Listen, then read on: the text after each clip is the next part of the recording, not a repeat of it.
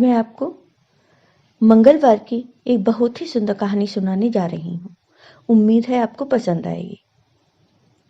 किसी गांव में एक बूढ़ी माँ रहती थी जो हनुमान जी की परम भक्त थी।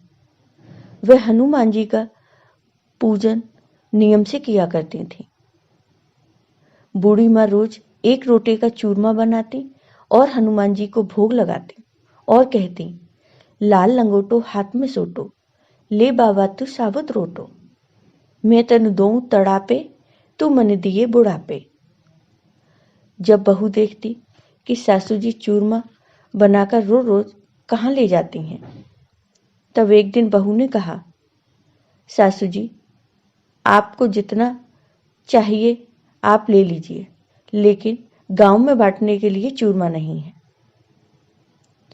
इसके बाद बहू सासू जी को खुद थाली परोस कर देने लगी, तो सासू उसमें से आधा भोग बजरंगबली को लगा देती।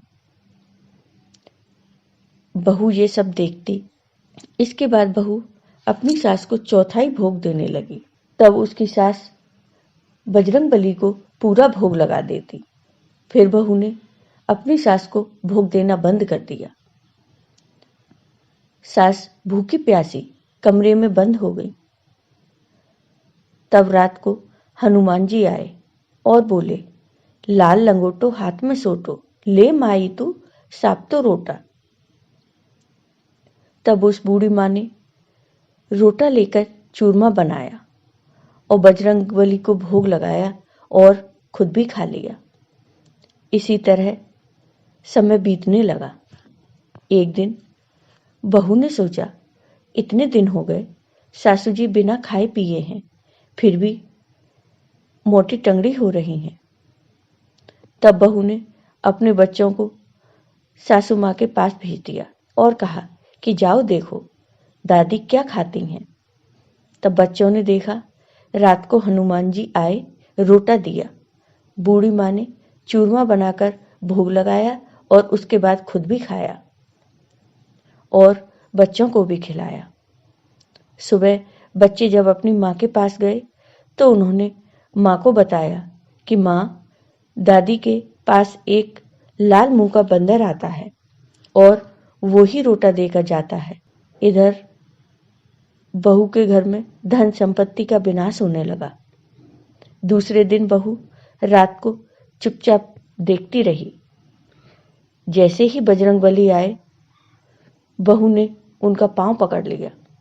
बजरंगबली बोले, अरे पापिन, मैं बाल ब्रह्मचारी हूं, तू मेरा पांव मत पकड़, मुझे छोड़ दे। तब बहू ने कहा कि भगवान आप मुझे माफ कर दीजिए, तभी मैं आपके पांव छोड़ूंगी। हनुमान जी ने कहा, तूने मेरे भक्त को पूजा करने से रोका, अब मुझसे क्यों माफी मांग रही है।